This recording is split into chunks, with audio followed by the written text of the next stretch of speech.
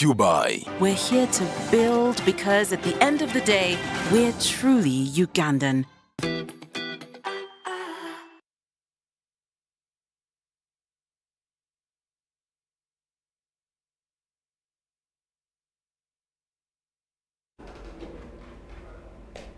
A very good evening to you tuned into UBC TV. Welcome to UBC News Tonight, this Tuesday, the 26th of April 2022. Let's have a look at the top stories as we start.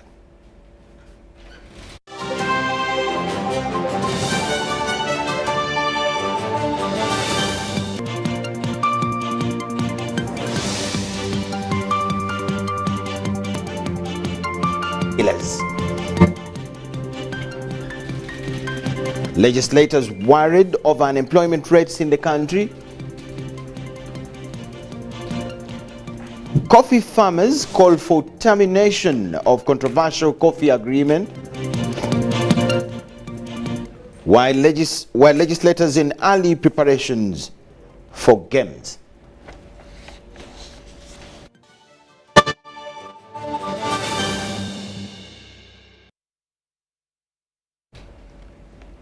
Yes, thank you so much for joining in. My name is Michael Jordan Lukumwa. Elizabeth Nakakoni is the lady in our sign language corner. In a first story this evening, President Yoweri Kaguta Museveni has blamed contradictory international laws for failing the arrest and prosecution of killers, for State Prosecutor John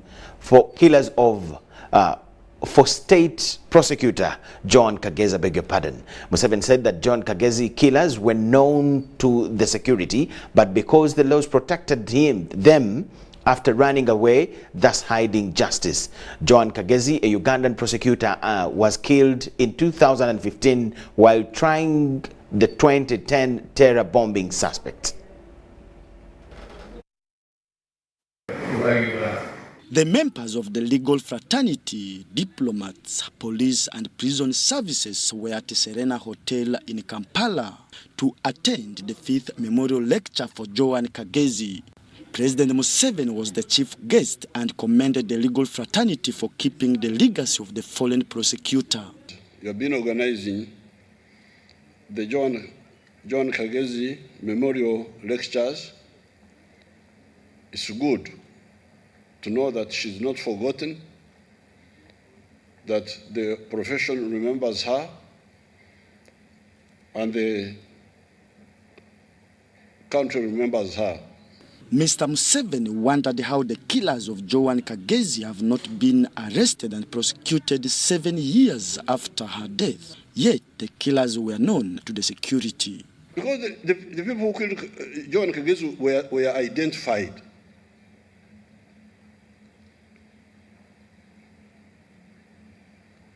Why they have not been prosecuted, I have now heard it from Susan now for the first time, that transboundary, I don't know what.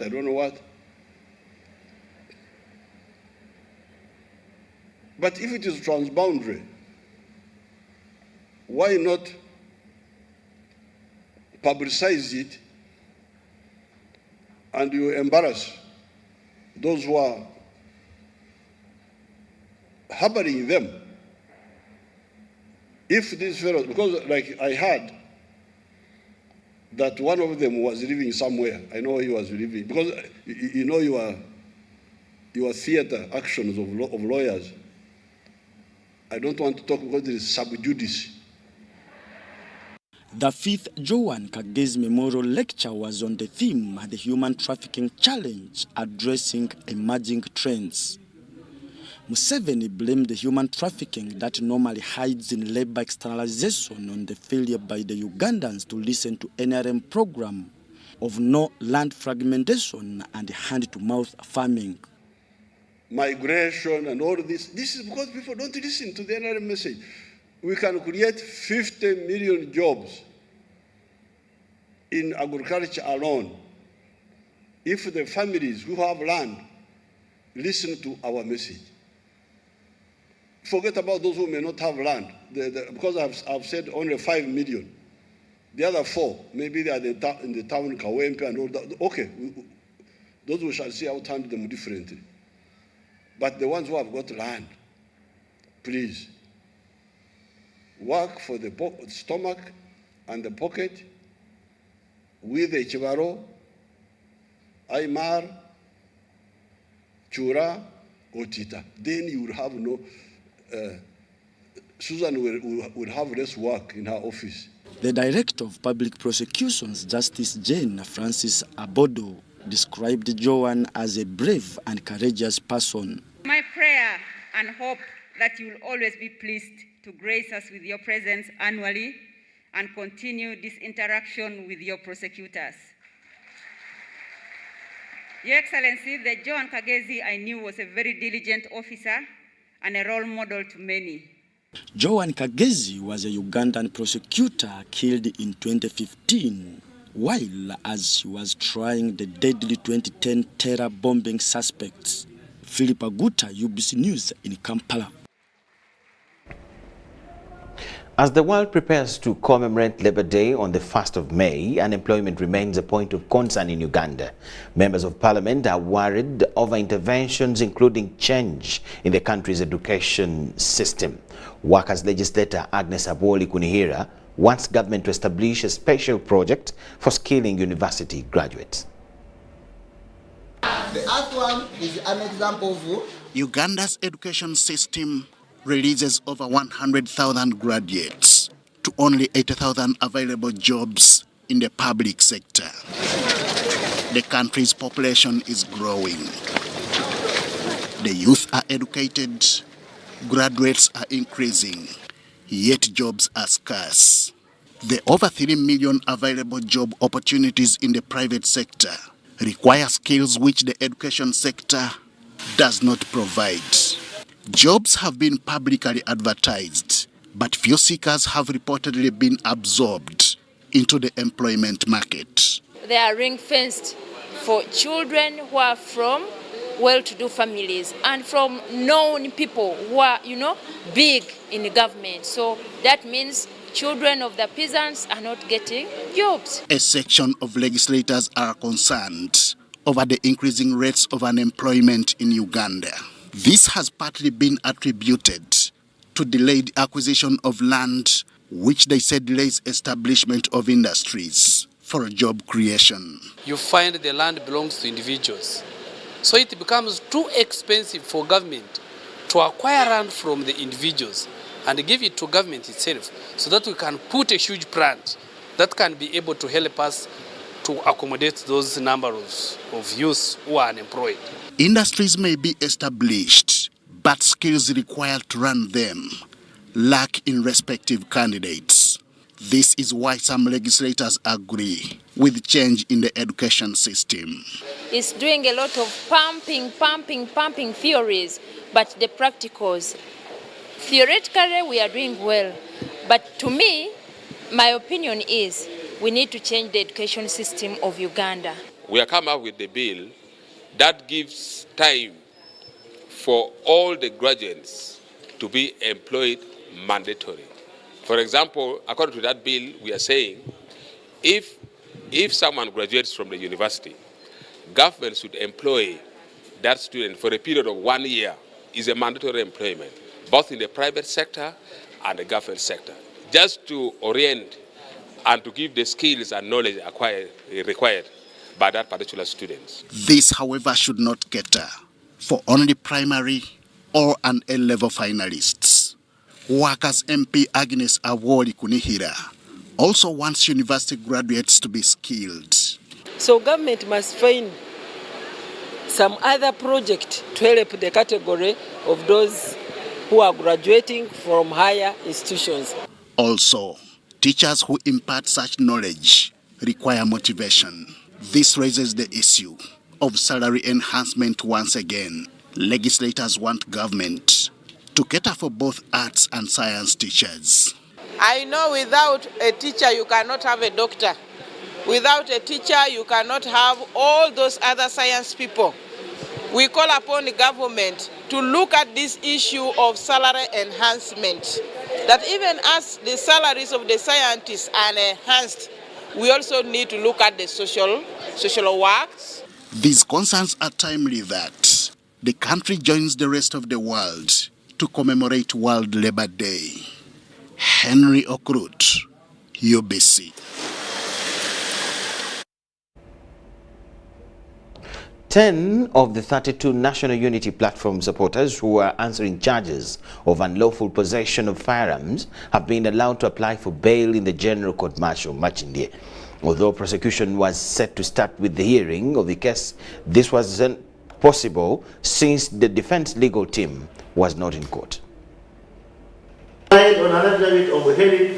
The 10 out of the 32 National Platform supporters who have applied for bail at the General Court Martial in Machindie include Seguja Rashid, Sektoreko Yasin, Lugumayo Robert, Maiga Ronald, Chijambo Simon, Chijambo Ronald, Lutaya Olivia, Matova Abdul, Chwanuka Misaj, Wandela Ibrahim, and Katrebe Chigos Livingstone. They each presented 2 sureties to court asking court to grant them bail since it's their constitutional right and that they will abide by the court orders if granted bail. Court granted us to entertain 10 of them and we have entertained the application for 10 applicants who have presented sureties.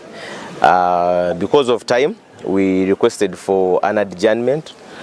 Because as you noticed, when we finished court, also adjourned, actually didn't even hear the subsequent cases. So the matter took up the entire time. Defense was unable to apply for bail for the 22 remaining accused persons. Prosecution led by Lieutenant Colonel Raphael Mugisha did not respond to their bail application. Prosecution informed court of its intention to start the hearing of the main suit by presenting a witness. However, asked court for all the witnesses in this matter to testify in camera. And the state actors in these operations, once they are disclosed to the public, it will compromise and undermine the security, national security. I pray that the press and the general public on this particular witness be excluded, and we hold the court in camera. The state had presented its witness saying they were ready to start hearing of the case, a matter we objected to because we were only served with the statements this morning during court time at 10 and we didn't have enough time to peruse the statements and also have a discussion with our clients to see in order for us to prepare for the hearing. Lieutenant General Andrew Guti set 9th May 2022 to start the hearing of the main suit and for the remaining 22 accused persons to apply for bail. The accused are facing charges of unlawful possession of firearms, which offences prosecution alleges that were committed in areas of Wachiso, Mitiana, Jinja, among other places.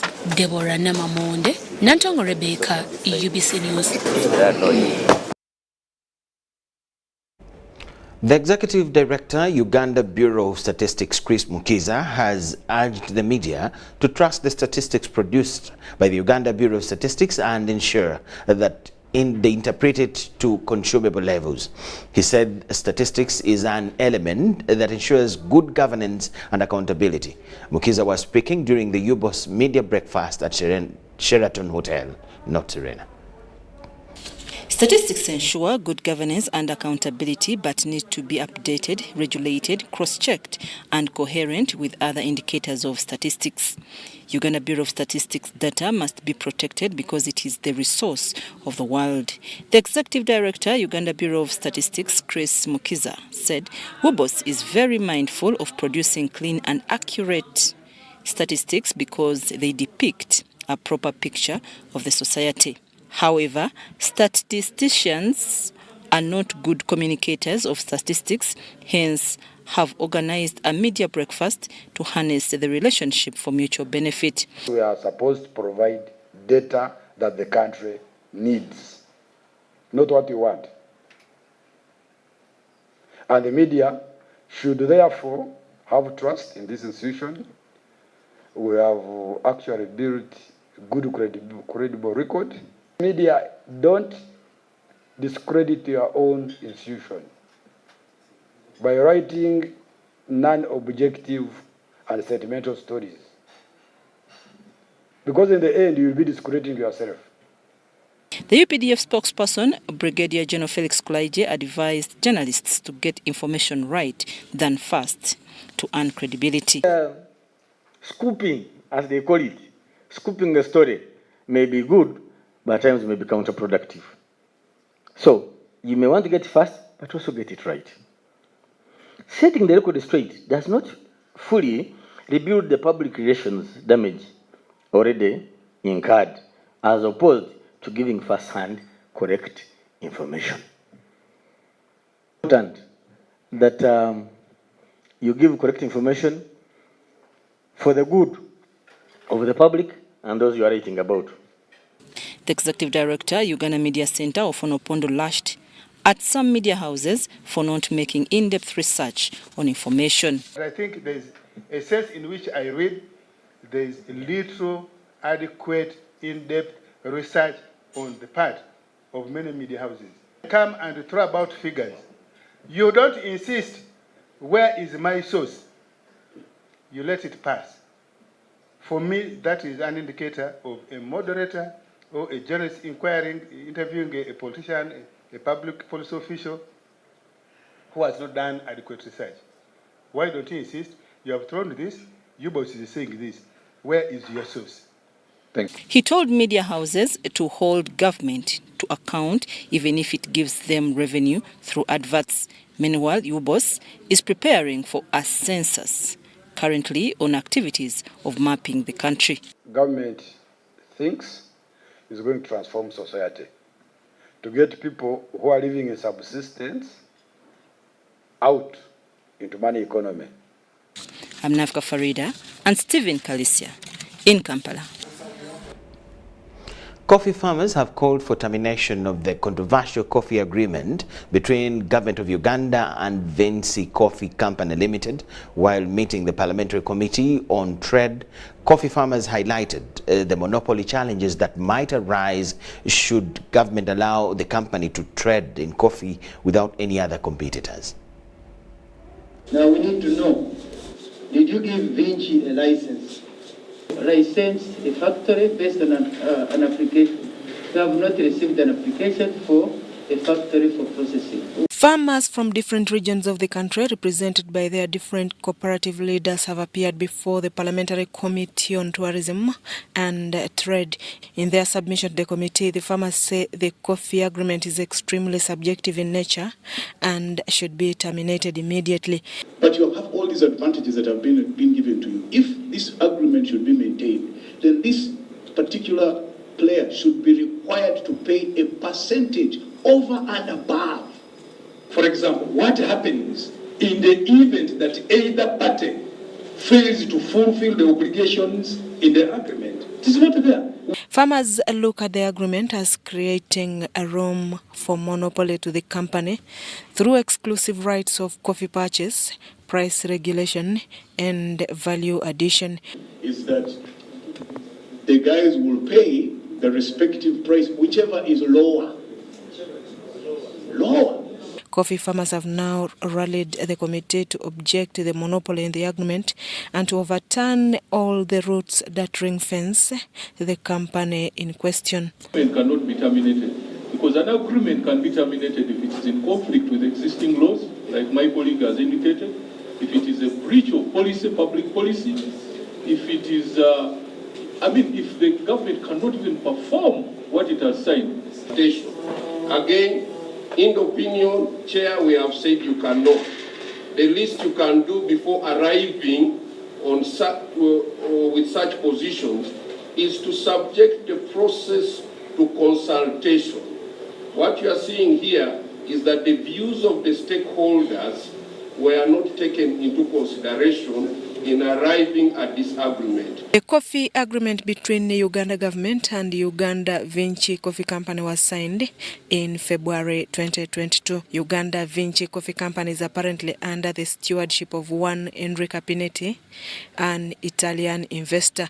Susan Naong and Gloria Guitabinji reporting for UBC TV.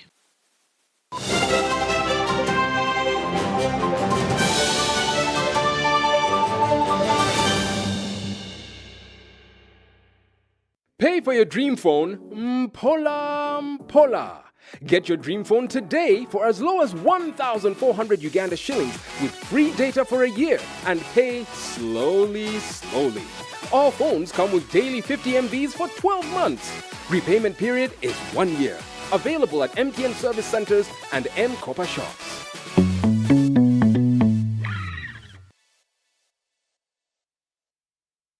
Affordable packages, great entertainment, sports, the local content, telenovela, the movies. There is something for everybody. Everybody, Go TV. This is where great stories live. Get the best entertainment for any budget. With GoTV, you will have great entertainment for as little as 13,000 Uganda shillings per month. GoTV, great stories, Zidiwano. GoTV Uganda, love it. Even with my grandson, a doctor at my side, I struggled to get the help I needed. But he saw something that day. He began to work day and night. He wouldn't quit, even when people said no. He wouldn't stop fighting. He knew something had to change, and his vision was bigger than anyone could imagine.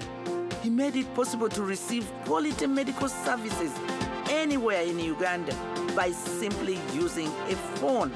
This is a story of a regular Ugandan just like you, who harnessed the power of technology to provide a solution for us.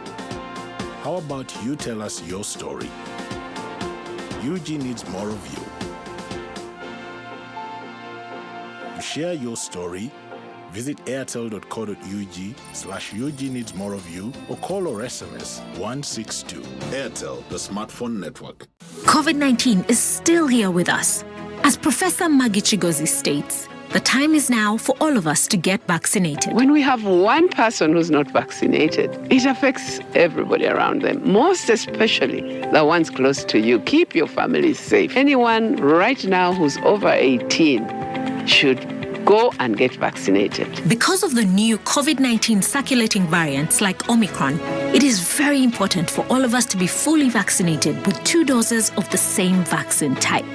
It's only those getting Johnson & Johnson who receive only a single dose to be fully protected. Even after vaccination, continue to adhere to all SOPs by wearing a mask properly, covering your mouth and nose, washing your hands regularly with soap and clean water or using an alcohol-based sanitizer, maintaining physical distance of at least 2 meters from others and avoiding crowds.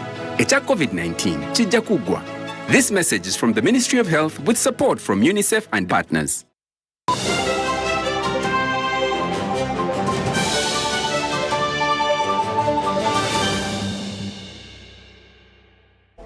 Choose our Money Quick Loans. Get a top-up loan when you have insufficient funds to buy airtime, pay utility bills, or make payments at a local supermarket. Complete your transaction and pay later. Dial *185 *7 *10# to opt in. Get an Airtel Money Quick Loan and pay later. Choose our with Airtel Money Quick Loans in partnership with Housing Finance Bank and powered by Yabex. Airtel, the smartphone network.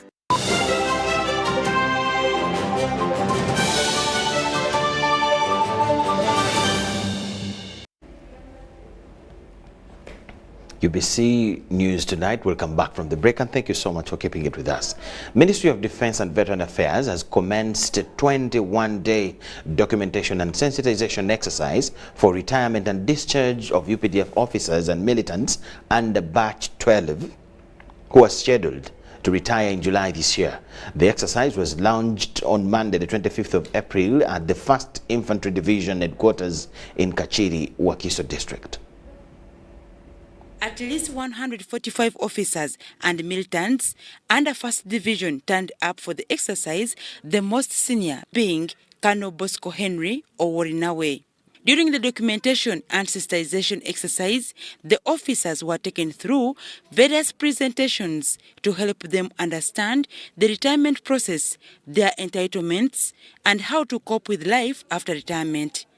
The 1st Division 2nd Commander, Brigadier General Joseph Semwanga, who represented the division commander, Major General Sam Kawaga, hailed the retirees for their commitment while in service. Jasho yenu ambayo mnaona amani kwa nchi yetu Uganda, because of your sweat, that's why people call us an island of peace. The officers will soon transit into civilian life. Therefore, they need to maintain discipline and to stay away from criminality. When you go out to that community there, that you have been seeing, you find people of different discipline. Wana tabia zao tofauti sana.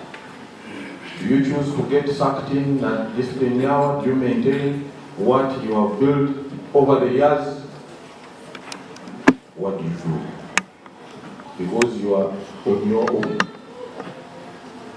But on your own, as an ambassador of the mighty UPDF. Brigadier Semwanga emphasized the need for retirees to keep in the Wazalendo circle. Wazalendo ni vyeko yetu ya kuhakikisha kwamba tunajijenga. Don't retire and leave Wazalendo. The Deputy Chief of Personnel and Administration, also head of the exercise, Brigadier General Eugene Sebugwao, encouraged the impending retirees to be meticulous with the documentation. The exercise will be conducted at each UPDF division, formation and service headquarters for the next 3 weeks.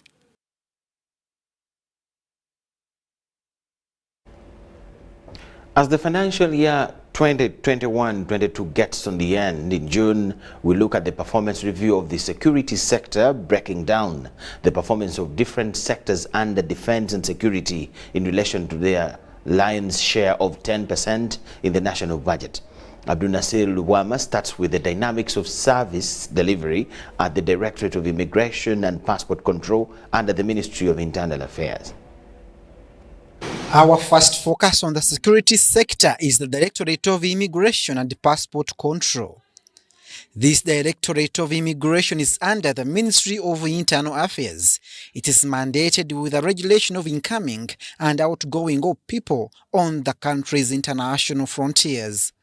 Empowered our the foot patrols along the border to ensure that they arrest and comprehend any illegal immigrant trying to access the country.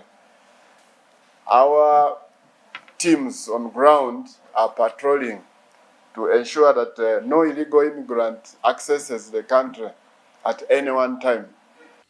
The Directorate provides highly demanded services to the nationals and non-nationals, which calls for dynamic operations based on prevailing technology. The application process of applying for a passport, where you can do this in the comfort of your home. And because of this, we have increased on the number of people who are applying and acquiring passports. Previously, we were issuing about 1,000 or so passports in the past 1 year. This number has now increased to 2,000. But how did it put its resources to better use in the financial year ending? The Immigration Office claimed to have expanded its visibility with branches across the country.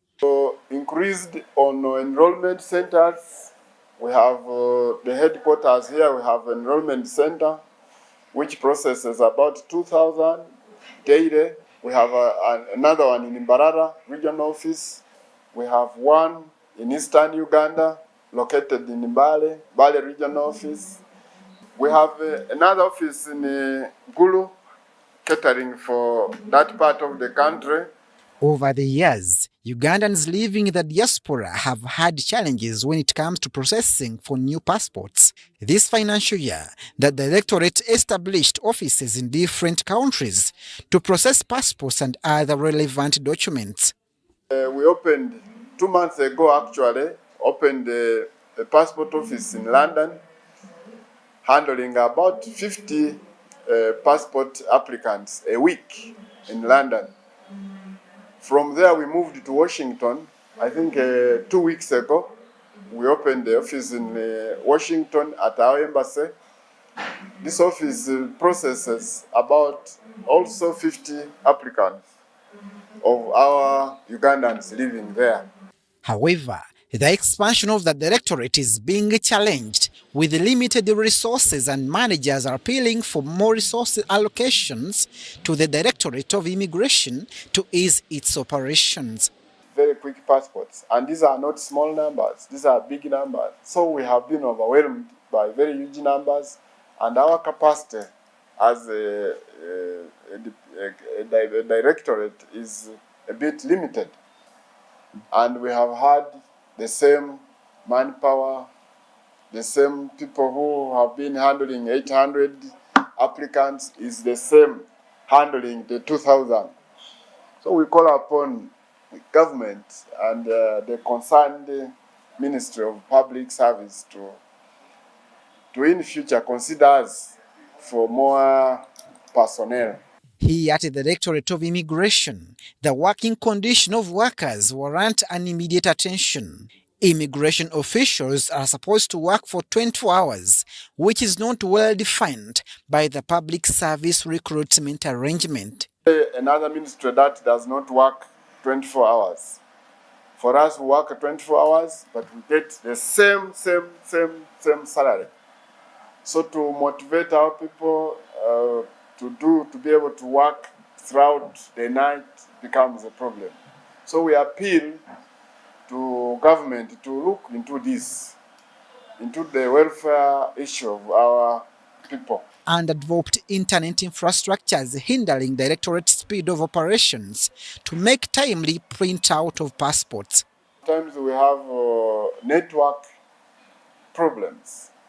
Like I told you earlier on, we are integrated with sister agencies like NIRA, like URA, but sometimes because of system failures, we fail to link to those sister agencies. This in turn leads to huge volumes of people at the different passport centers. Abdul Nasser Lubwama, UBC News. The National Resistance Movement chairperson, President Yoweri Museveni, will meet the members of parliament for the party to discuss issues affecting the economy. The agenda in the later address to members about the caucus meeting was to receive a brief on the economic situation of the country. According to a section of members of parliament, the anticipated issues for discussion include the soaring commodity prices, controversial coffee agreement, and the Luwawa Specialized Hospital.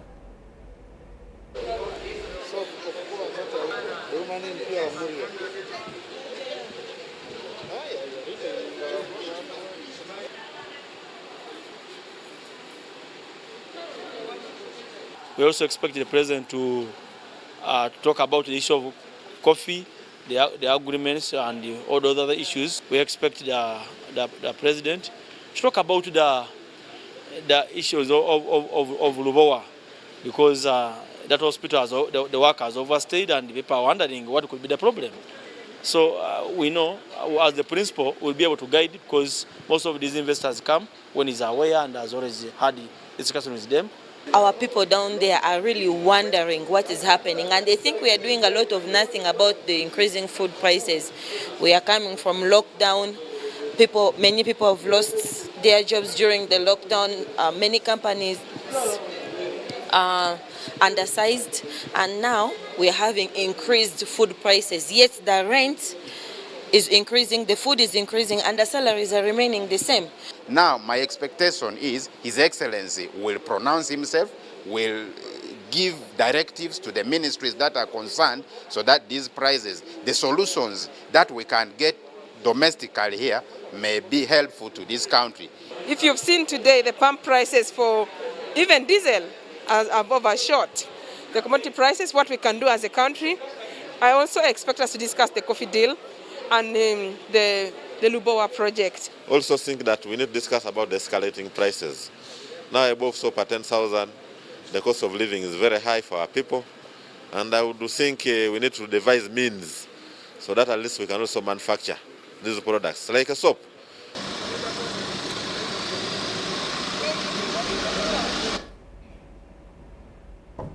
Ministry of Education and Sports is planning to a training to enhance skills and empower health professionals in conducting research.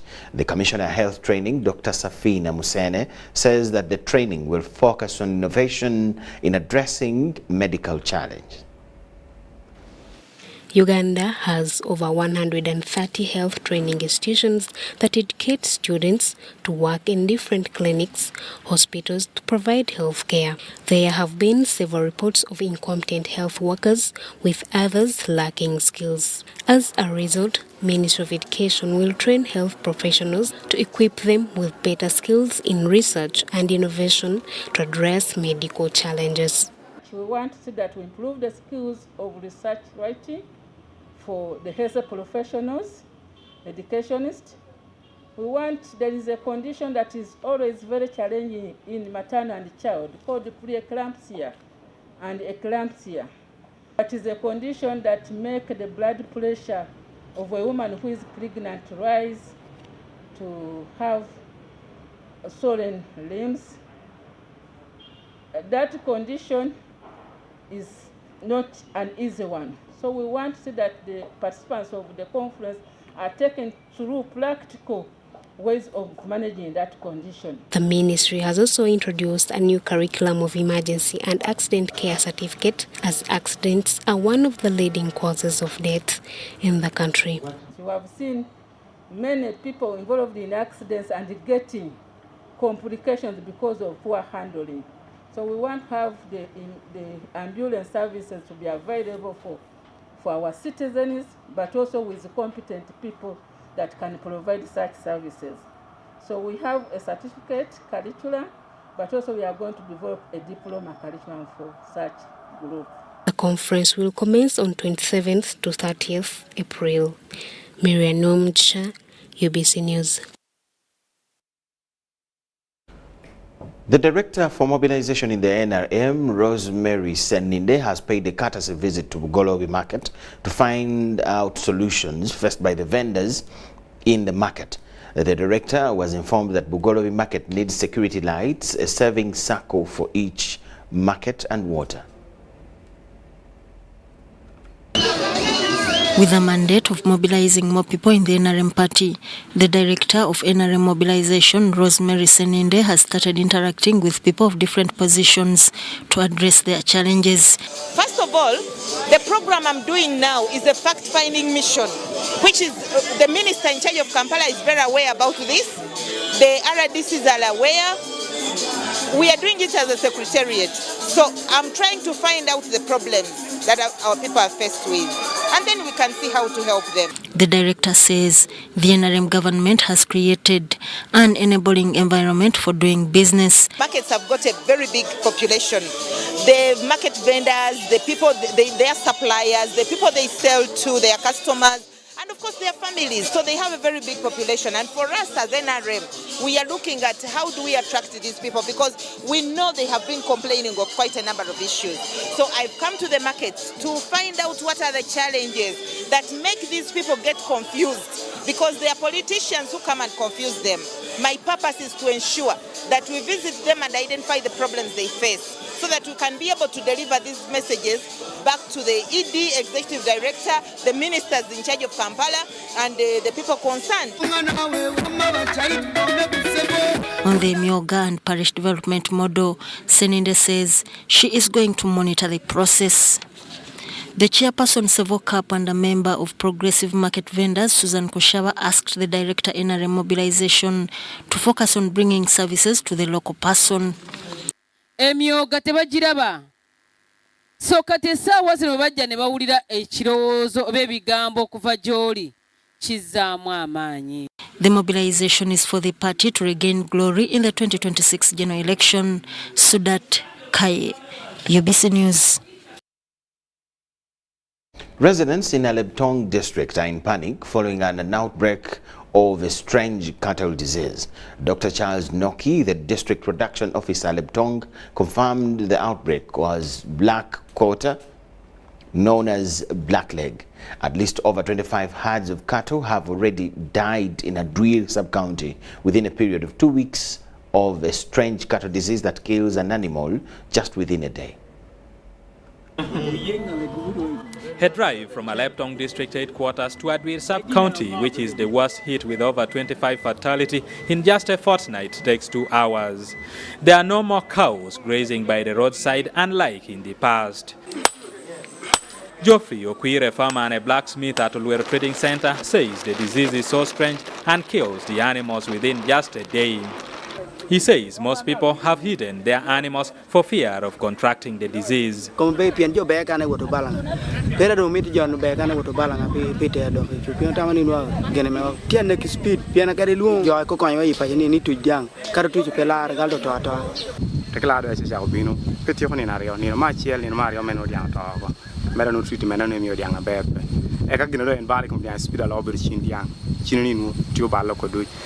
Tony Aliru, the acting sub-county chief of Adwir, noted that the highly affected sub-counties are those bordering Kapelebiong district. Our worry is if the animals are not vaccinated, the magnitude may expand. We want to have it managed before the other remaining parishes are affected. Black quarter, also known as black leg, is an infectious bacterial disease in livestock caused by Clostridium chovai, which affects the active muscles, especially the leg muscles, both for the forequarter and the hindquarter. It's a disease which is acute in nature and it kills. The district production officer of Aleptong district, Dr. Charles Noke, says the disease, which spreads rapidly through contact, can be best controlled by vaccination. We contacted the Entebbe and the Ministry of Agriculture, and we were informed the vaccines were out of stock. Then we now decided to look for resources locally. The district has now obtained a loan from the staff circle to procure 2,000 doses of the vaccine to rescue the farmers. Every farmer is to pay 5,000 shillings per cow to repay the loan, although some are protesting the fees. Eddie Olwa, UBC News. Eddie Olwa reporting. The National Unity Platform has fronted the former FDC and 2021 runners-up in the Omoro County parliamentary elections to lead Simon Akecha as candidate in the upcoming constituency by-elections of Omoro. Okecha had previously contested for the same post in the last 2 general elections, losing to the late former Speaker of Parliament, Jacob Olanya. The Kamwecha-based National Unity Platform Party has formally announced their bid for the Omoro County Member of Parliament seat. I will crown you with our weapon of the revolution and give you power. Former FDC member to lead Simon Akecha has been fronted. I am happy and proud and confident to announce to you that after a rigorous exercise, the National Unity Platform has come up with Comrade Tolit Simon as a candidate for Omoro by-election. Akecha was the second runners-up of the 2021 general elections, having lost to the then NRM candidate, late Jacob Olanya. Because he has been contesting so many times and people know him very well, and we believe, because we are interviewing so many people, and they told us that he can bring us a win. The message will go loud and clear in my constituency. Yes. Because I know what Omoro people have been waiting for. He now joins NRM's Andrew Ojoko Olanya, FDC's Awan Dennis Dixon, among others. What I bring on board is other virtues that he taught. So many of the people that he mentored. One of them is servanthood, the servant mentality. That you are an MP because you are sent by voters. But how about the debate of leaving the late Jacob Olanya's son, Andrew Ojok, to accomplish his father's term? Elections, though, are not family issues. Family issues, installing an heir and that kind of thing, you know, that has got to be the son of the late. But when it comes to politics, it's not a monarchy. Omoro is not a monarchy. And so every interested stakeholder can come in. And that's why, as the National Unity Platform, we have come in with a candidate to say ours is Simon Tolit Akecha. But what is politics? Politics is people agreeing. So once if people agree to give a son or a daughter, who are we to refuse when the people of Omoro have decided? That is part of the political process, and it doesn't offend any rules or regulations. Having lost the Kayunga LC5 by-elections early this year, NOP is very assured of victory. We are going to Omoro to win as well. We'll do everything that we have got to do, prepare, rally the people, gather our votes, and we shall have our DR forms like we did in Kayunga. The Moro County parliamentary by-elections are set for late next month, with opposition parties like JEMA, UPC and DP likely to be spectators. Robert Nyango, UBC News. Kati tusimbudde tugenze Omoro. We thank you so much for watching. Let's take a short break. It's UBC News Tonight.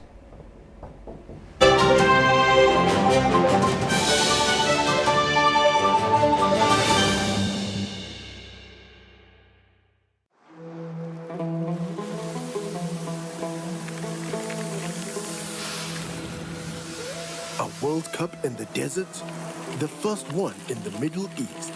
The first to be held at the end of the year? That's crazy.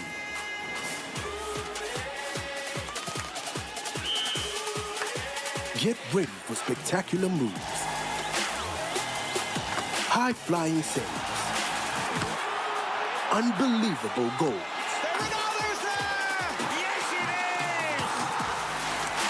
out-of-this-world celebrations. Would you believe it? What a moment here! All 64 matches live. That's over 5,000 action-packed minutes of the FIFA 2022 World Cup Qatar.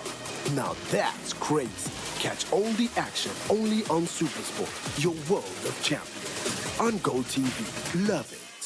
Get connected today with the My Airtel 4G smartphone and enjoy free data for 1 whole year worth 86,500 Uganda shillings. That's free 2 GB for the first month and free 1 GB for the next 11 months at only 250,000 Uganda shillings with free data for 1 whole year worth 86,500 shillings, making the effective price of the 4G phone 163,500 shillings only. Airtel, the smartphone network. Need to send money to a loved one but you don't have enough on your phone?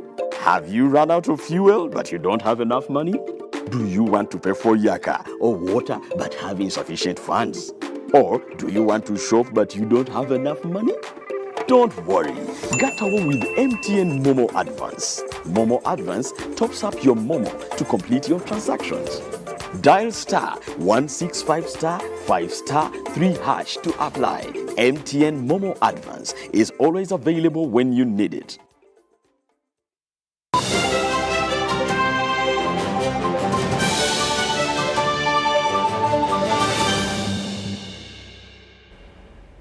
Welcome back from the break. We now talk UBC Business News Tonight. Government has urged young innovators to consider copyrighting their properties if they are to fully benefit from their intellectual publications. The State Minister for Youth Affairs, Sarah Mateke, made the observation at this year's World Intellectual Property celebrations organized in Kampala by the Uganda Registration Services Bureau.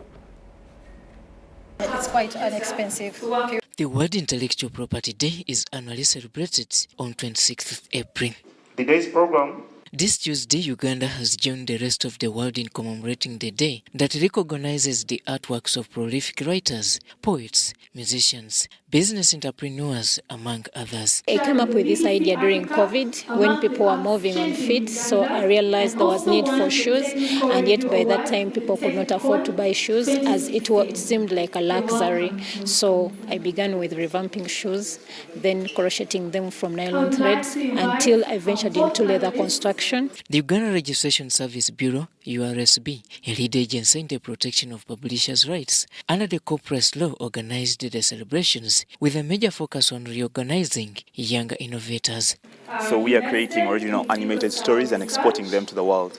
We want to recognize the young people that innovate, the young people that create. We've seen so many young people creating solutions. And when you see your peers creating solutions, sometimes you have to ask yourself, what is your value proposition as a young person? What is your value? What value addition have you made? You cannot sit and wait to be supported. You cannot sit and wait for God to do miracles. Yes, God does miracles, but you have to put effort. The event was graced by the State Minister in charge of Youth Affairs, Sarah Mateke. Advances in technology, particularly in ICT, have resulted in global interconnectivity and increased opportunities for self-actualization, enabling our young people to solve our local problems. Let us therefore capitalize on the potential of Africa's youth who are growing up in an increasingly free and fair continent with peace and security to express their creativity, their innovation, enabling them to secure their future. Mateke notes that though government is committed to inject billions of funds into the innovation sector, the youth must be at the forefront. As an innovator, if you have something that you have innovated, someone else should not go and steal it. It is yours. You're the one who has put in your creativity, your innovation, and what is important is to request them to go and register it with Uganda Registration Services Bureau, so that if someone else is the one who goes to copy your intellectual property, you're able to face off with this person properly in the courts of law. When you get that certificate of registration of your work, it means that you're ready to commercialize, you're ready to compete, you're ready to collaborate, to cooperate with other stakeholders. Worldwide, the day aims at celebrating those individuals, especially the youth whose intellectual innovations has groomed others, connected societies, and above all, economically empowered communities. Robert Onyango, UBC News.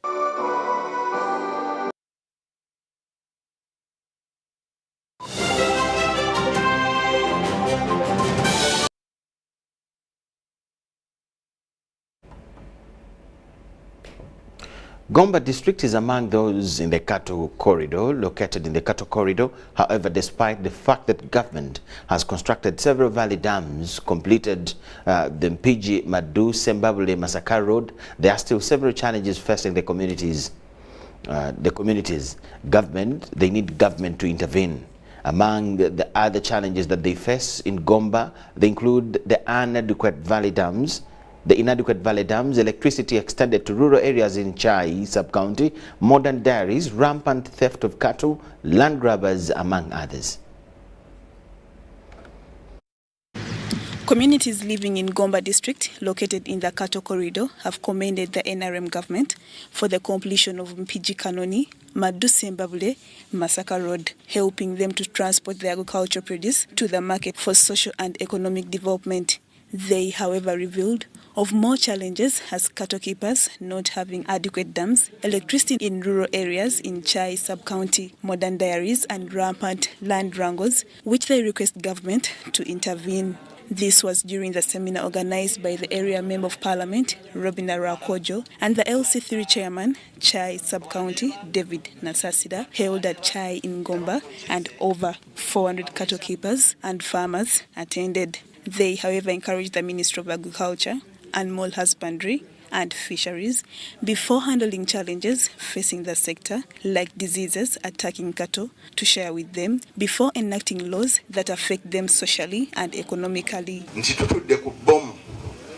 Olwokuba mugenda ebutawaata ne mujjayo ente ne muzireeta ekyo kyekyokuba nti tetuli serious farmers. TV yogu buriya obwesoba yabarka hariya tukabisha twamugamba twajya ngo tukore ring vaccination abantu tubasibire munda abarwadde nekisigale nga tutambuza yatukiriza. Member of Parliament, Gomba East, Robin Arakojo, promised that the NRM government is committed to solve all the challenges facing farmers, especially cattle keepers, and advised them to remain calm because even the president, also a resident of the area, is aware of these problems in some areas in the district. Ndiyo ninchikora ninjiragaleta speed y'inkugenderaho nebaza kuba etari speed ya government y'eri kugenderaho konka kandi ngeja kwija kandi nsima parliament okureba ngo hatuhingwiza iteka erukora ku bimunonga abantu abari kuyiba waya z'amashanyarazi ati no shashura billion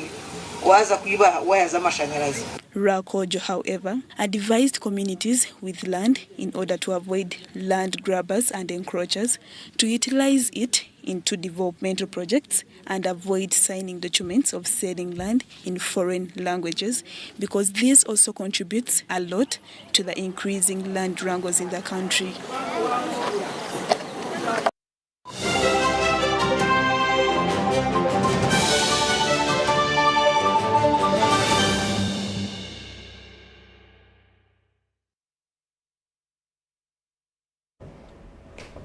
The East African Games. Ugandan legislators continue with preparations for the upcoming East African Parliamentary Games. The parliamentary team wants to maintain a winning mentality and dominance in the region. The move comes after inclusion of DRC into the East African community. Democratic Republic of Congo is not only known for minerals but equally their dominance in football across Africa. Uganda parliamentary football team is much aware of the threat of including Congo into the East African region, reason they've upped their training sessions. Initially, Tanzania and Kenya were powerhouse in football and volleyball, a reason why Uganda went to early preps for this season's interparliamentary games. At their early morning training session at Philip Omondi Stadium in Lugogo, focus was on the fitness levels of legislators ahead of the games in November. They believe that 9 months of training will up both coordination and resilience. You know, as members of parliament, the type of food we eat, we are always eating junk food when we go for other conferences. So once we embrace this culture of training and doing physical exercise, it will improve on our health. Cases of indiscipline from the team that were initially reported have also been highlighted. Aspiring East African Community Member of Parliament Moses Ategeka has beefed up the training sessions of legislators with sports equipment. The equipment includes playing balls, training bibs, among others. We have seen people climbing ladders worldwide because of sport. So we need to inject more money in this. Europe and other parts of the world have mastered this art, and their people are even making incomes that still come and help the society where they live. So when we support sport, we are also directly supporting society, community and development.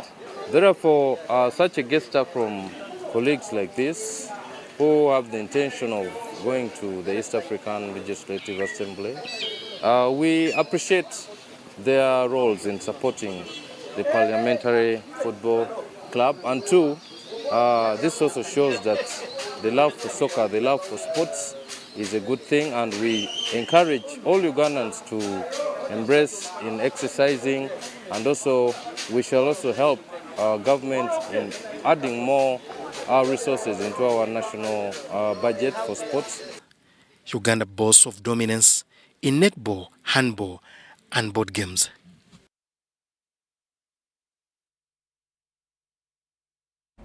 That's where we come to the end of this particular piece of news tonight. Thank you so much for watching. My name is Michael Jordan Lukomo with Elizabeth Nakakuda, the whole team. We'll catch you at 10 p.m. in another arrangement. Bye-bye for now.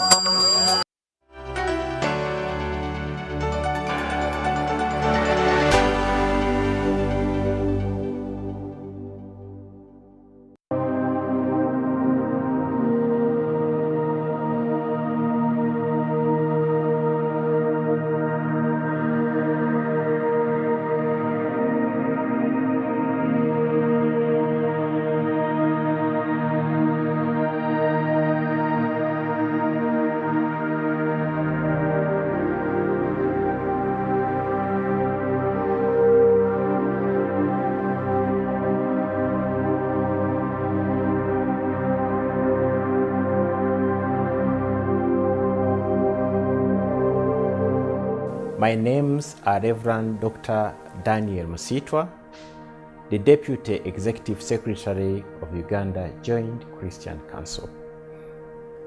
I want to take you through the journey of Uganda Joint Christian Council.